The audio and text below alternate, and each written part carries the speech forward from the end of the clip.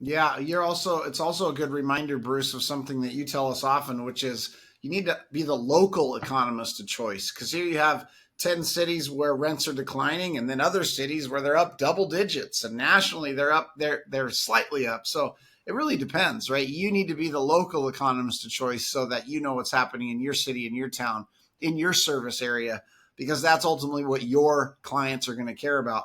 If I service clients in Spokane, Washington, and I'm an expert on whatever is happening in Florida, that's not very helpful to my clients here in Spokane, right? As an example. So always great stories, always good to be aware of kind of some of the trends that are happening. None more important than where you're serving your clients. Lawrence Yun was sharing, that's the satisfaction rate of the consumer, right? The clients that we serve.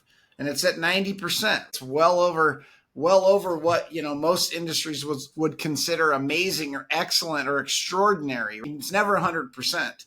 The reason why that's important, Bruce, is if we were doing something wrong, if the client was somehow being not taken care of or taken advantage of or underserved, those numbers would be dismal, right? Compare 90% satisfaction rate with the satisfaction rates that politicians generally live by. It's like night and day. What's frustrating is that we know that we're doing a great job for our clients because they tell us that we are. That's that satisfaction rate. And yet here we were embroiled in all this lawsuit mess.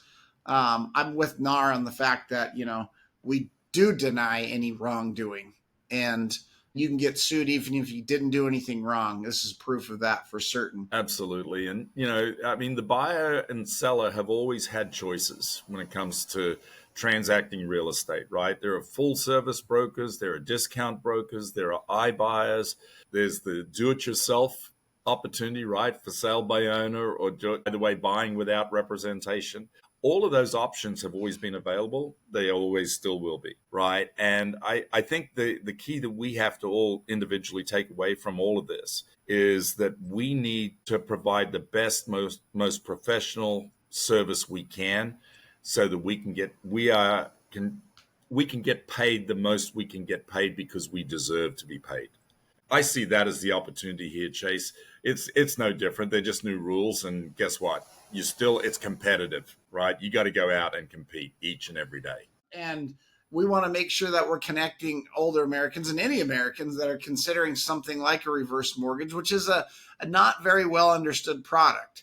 Now, sometimes when something's not well understood, generally, we can think of it as a negative product, and it's not necessarily. It's certainly not the only option. So we want people to understand options, and we want to point them in the direction of information and consulting services, guidance, if you will, from trusted folks. And there are a couple here, Bruce. I guess I didn't realize that there are actually housing counselors as part of HUD that folks like this can reach out to and talk to. That's cool. There's obviously some good information on their website, U.S. Department of Housing and Urban Development, which I think is awesome to understand. And then, of course, I hope that as family members and professionals, we are also working to connect these older Americans considering something like a reverse mortgage to some trusted professionals